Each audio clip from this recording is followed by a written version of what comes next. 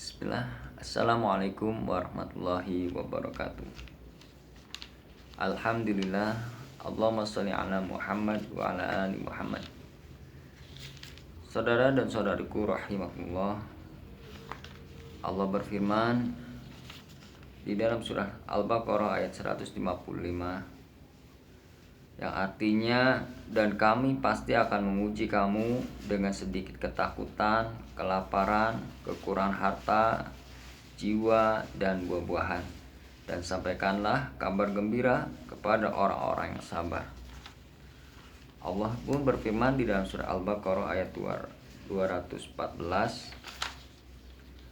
yang artinya, ataukah kamu mengira bahwa kamu akan masuk surga, padahal belum datang kepadamu cobaan seperti yang dialami orang-orang terdahulu sebelum kamu? Mereka ditimpa kemelaratan, penderitaan, dan diguncang dengan berbagai cobaan, sehingga Rasul dan orang-orang yang beriman bersamanya berkata, kapankah datang pertolongan Allah? Ingatlah, sesungguhnya pertolongan Allah itu dekat. Saudara dan saudariku rahimakumullah, kita adalah makhluk yang pasti akan mendapatkan ujian sebagaimana firman Allah tersebut. Tentunya berarti kita harus bisa melewati itu semua, dan untuk bisa melewati itu semua tentunya kita harus memiliki ilmu, pengetahuan, dan Rasulullah Shallallahu Alaihi Wasallam telah mengingatkan kita bahwa umatnya akan mengalami 4 tahapan ujian, 4 tahapan fitnah, dan fitnah yang terakhir atau fitnah keempat akan menggiring kepada fitnah yang besar, yakni fitnah Dajjal, yang terfitnah di fitnah keempat atau yang tidak lolos uji pada ujian keempat atau fitnah yang keempat, maka menggiring kepada fitnah kekafiran, akan menjadi ingkar, akan menjadi kafir. Untuk itu hendaknya kita memperhatikan, dan kita adalah orang yang hidup di akhir zaman. Tentunya kita yang akan mengalami fitnah yang keempat itu, yakni fitnah kepemimpinan. Di mana fitnah kepemimpinan ini dalam riwayat sabda Rasulullah Shallallahu Alaihi Wasallam dicirikan atau dimulai dari fitnah Syam, ujian orang-orang Syam, terutama di Suriah. Bila mana itu terjadi, maka disitulah bermula fitnah yang keempat, yakni ujian kepemimpinan. Tentunya kita pun bisa merasakan sendiri bagaimana yang kita alami, di mana pemimpin kebijakan, pemimpin kita membuat sesuatu yang tentunya bila kita pahami akan mengarah kepada keingkaran, akan menggiring kepada kekafiran. Sebagai contohnya, untuk tidak sholat berjamaah, sholat yang berjarak dan sebagainya, sebetulnya itu menggiring kita kepada sesuatu hal yang tidak disukai. Dan tentunya kita harus memiliki sikap untuk menghadapi itu semua. Rasul telah mengingatkan kita bahwasanya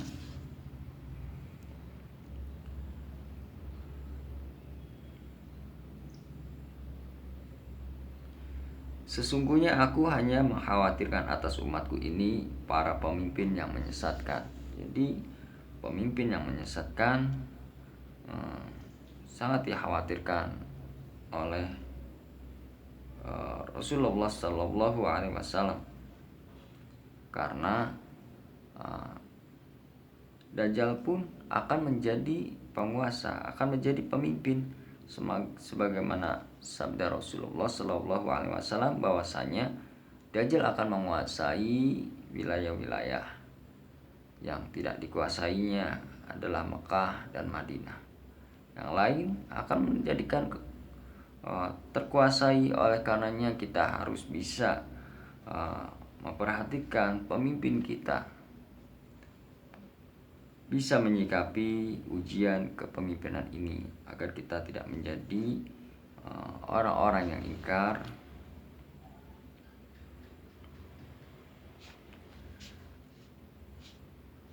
Rasul pun bersabda bahwasanya barang siapa yang tetap berdekat-dekatan dengan penguasa, maka dia akan terfitnah. Tidaklah seseorang itu bertambah dekat dengan penguasa kecuali dia bertambah jauh dari Allah.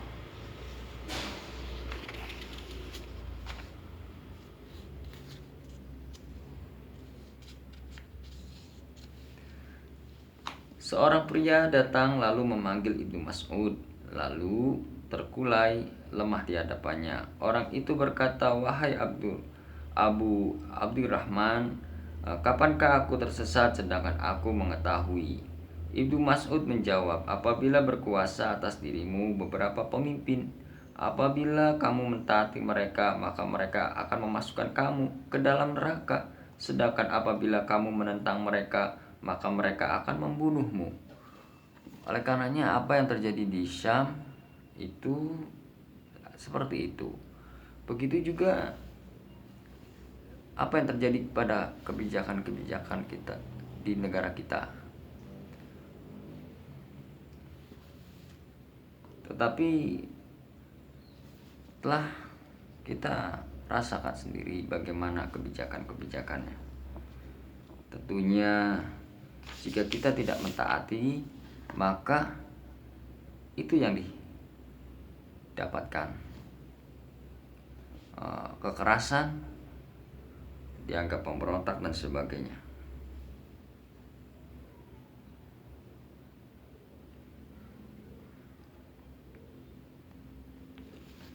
Saudara dan saudariku rahimakumullah, di pembahasan sebelumnya telah dijelaskan bagaimana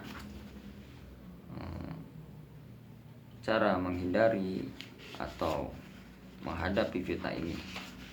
Tentunya kita harus memahaminya. Kita harus membaca tafsir dari firman Allah tentang ketaatan kepada Allah, Rasulnya, dan kemudian pemimpin. Kita harus memahami itu. Kita harus membaca tafsir dari ayat tersebut, dan tentunya kita berusaha. Rasul telah mengingatkan pula bahwasanya jika kita mengetahui sesuatu hal yang salah, bila mana kita membenarkannya, hati kita membenarkannya, maka menjadi orang-orang yang tidak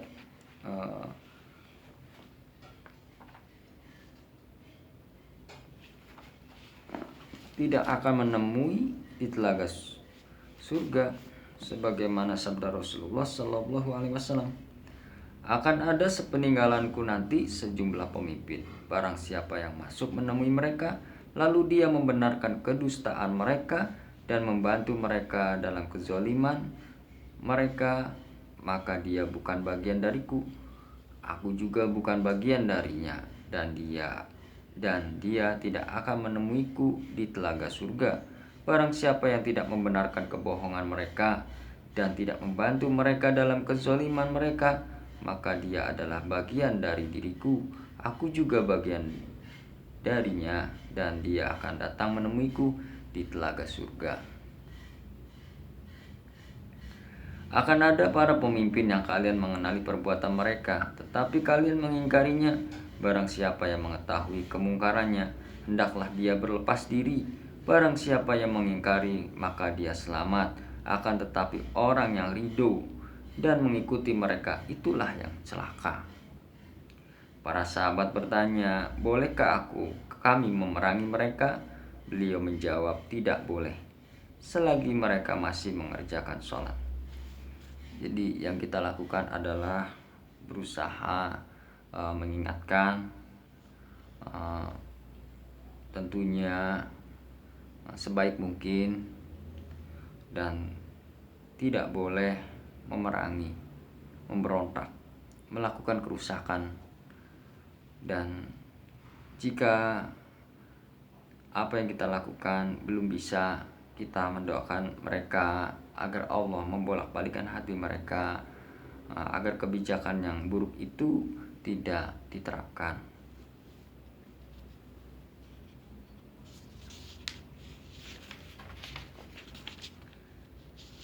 Saudara dan saudariku rahimahullah, sebagaimana apa yang terjadi di Syam, di mana orang yang tidak mau mengikuti perintah kepemimpinannya yang mengarah kepada keingkaran kepada Allah, orang-orang itu dibantainya, kemudian diperangi, akhirnya mereka melakukan perlawanan. Dan ada juga sebagian yang berusaha untuk melakukan pemberontakan untuk merdeka, menggulingkan kepemerintahan, sebagaimana yang dicontohkan di dalam perang Suriah tersebut adalah kelompok ISIS. Itu tidak dibenarkan. Dan ada juga kelompok yang mengikuti pemerintah. Tentunya kita bisa mengetahui bagaimana sabda Rasulullah tentang fitnah kepemimpinan ini. Dan ada juga kelompok yang suku Kurdi, di mana mereka tentunya ingin mempertahankan, menggulingkan kepemerintahan, mempertahankan etnisnya. Itu pun tidak dibenarkan karena mereka adalah orang-orang ingkar. Mayoritas mereka adalah beragama Kristen dan mereka didukung oleh Amerika. Saudara dan saudariku rahimahullah, hendaknya kita mencontoh orang-orang Syam yang mempertahankan keimanannya meskipun kondisinya mereka harus mengalami penyiksaan dan sebagainya.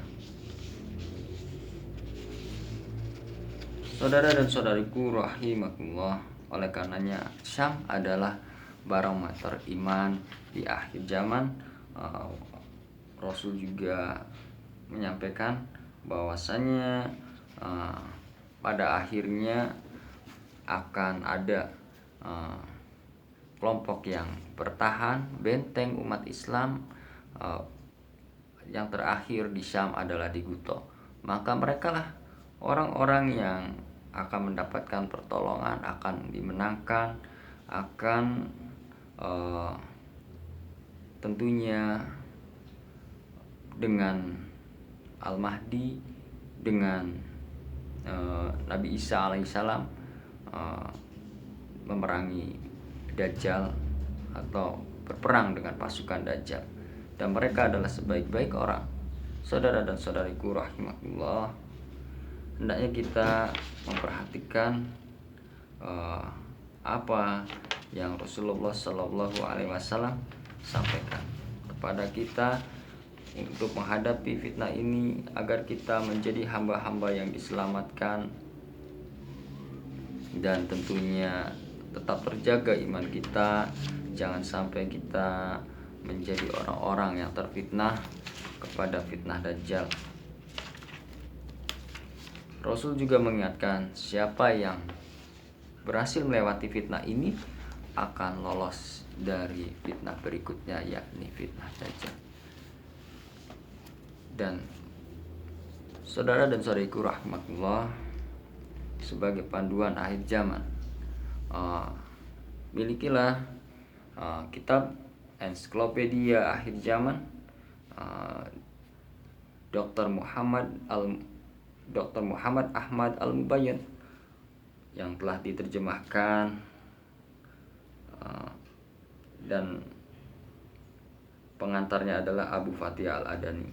Saudara dan saudaraku rahimakumullah, agar kita mempelajari apa-apa yang akan terjadi ke depan sehingga kita memiliki persiapan, kesiapan, dan tentunya menjadi hamba-hamba yang beruntung.